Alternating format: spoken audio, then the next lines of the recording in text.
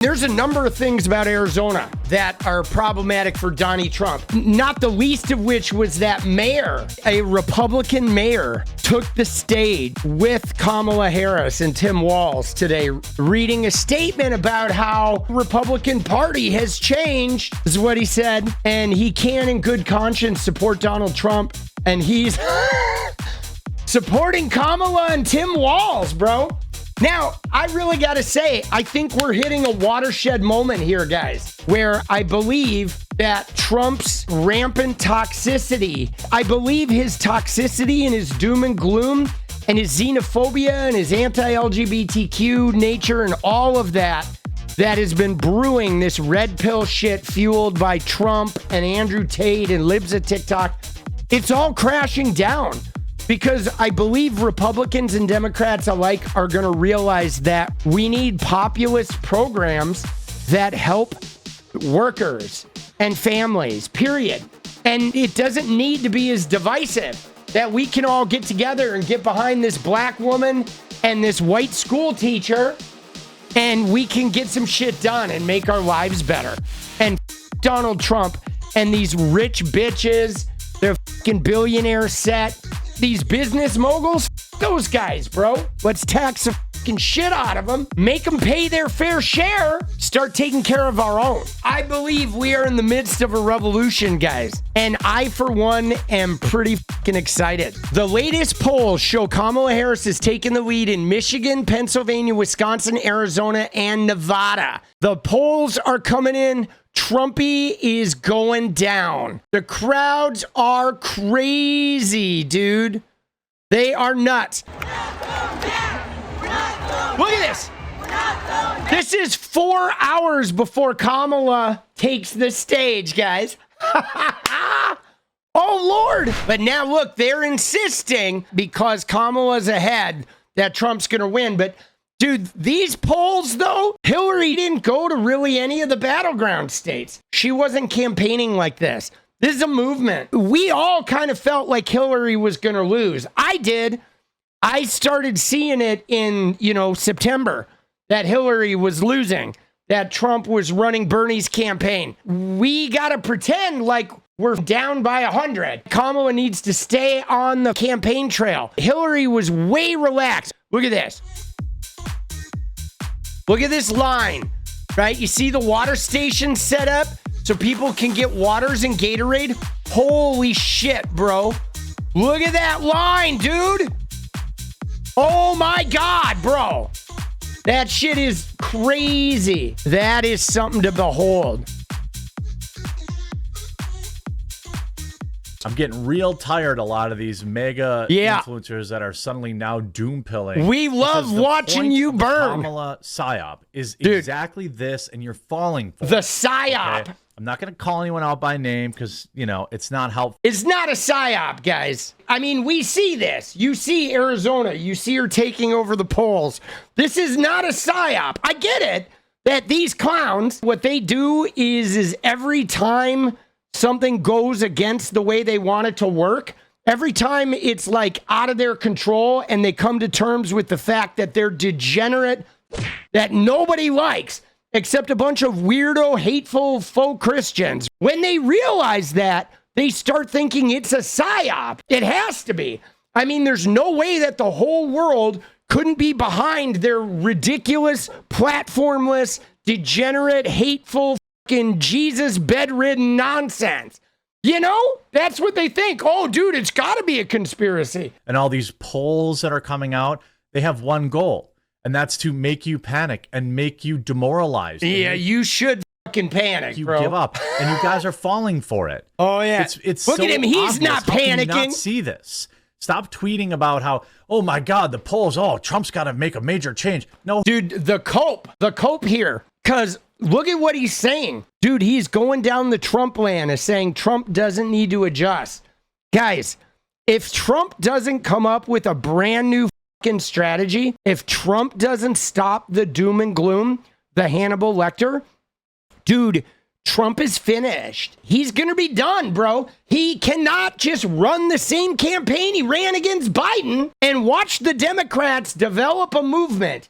If he doesn't adjust, if he doesn't like make it brand new, bro, he is finished. He's tossed. This is the worst advice. Kamala's going to get on that debate stage. Kamala's going to have to answer questions eventually. Kamala's going to have to do the town hall, and everyone's going to remember how unlikable and how much of a crotch she is, okay? Dude, she's not unlikable, though. That's just it. I know she's unlikable to him because this guy doesn't like black people. I mean, it's true. This guy doesn't like black people, and he fucking hates women. So, yeah, a black woman that is more successful and powerful than him is like this guy's kryptonite. This guy makes videos about anime characters with big... This guy's a fucking loser, bro.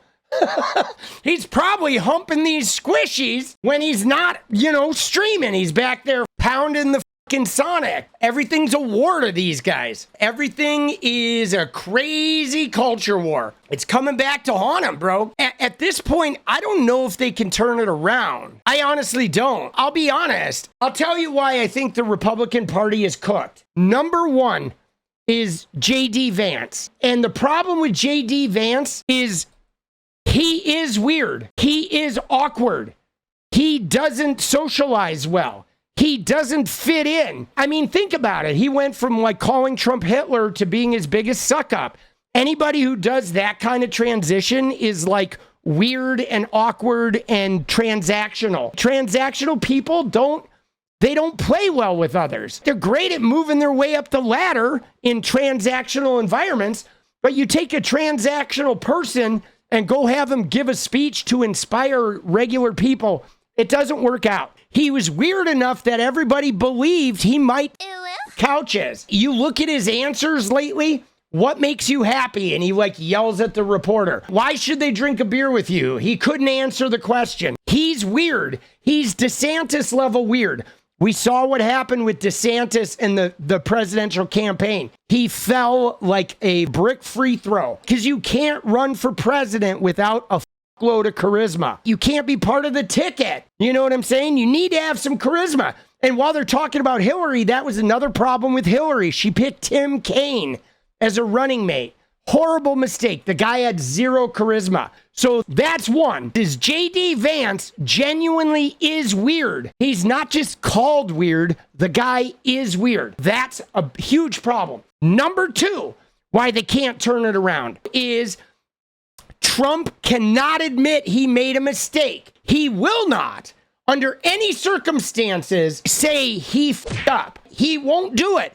He'll fire people. He'll blame people. He will go off on a rant, but he will not say, I need to recalibrate myself in order to move forward. He won't do it. He'll burn the fucking house down, probably figuring maybe they can create a stir and get it in front of the Supreme Court, and he'll win it that way. But he will not recalibrate and change course.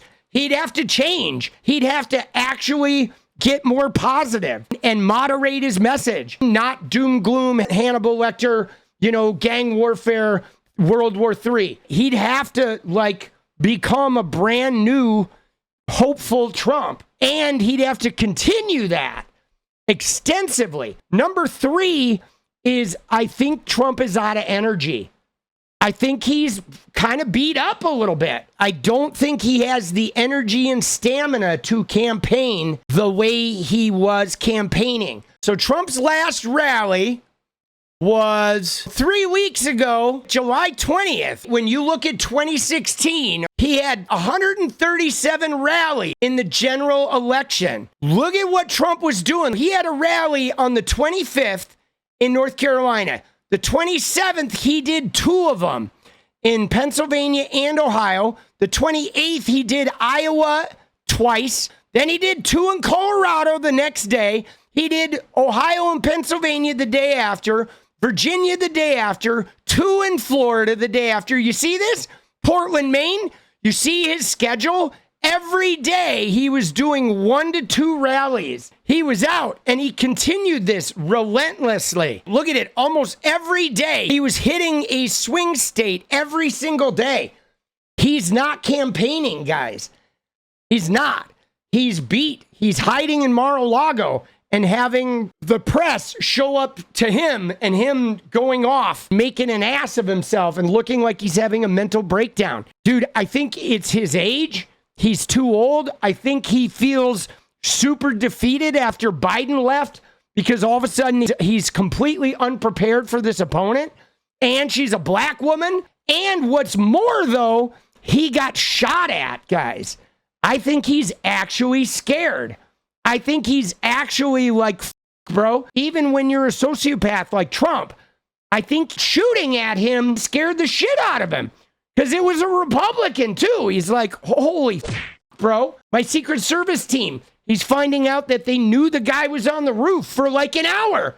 They didn't do anything. Think about the mentality of that. Knowing your own people up so bad that maybe you're not safe anymore. This is super problematic because his rally schedule was insane. When you look at the dates of these, bro, this is why he won. He was doing 1 to 2 rallies a day. This is Montana.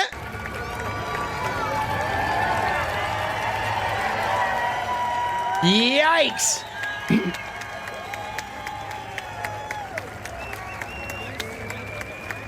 Yikes, bro. Gnarly, bro. That's Montana. There's Kamala.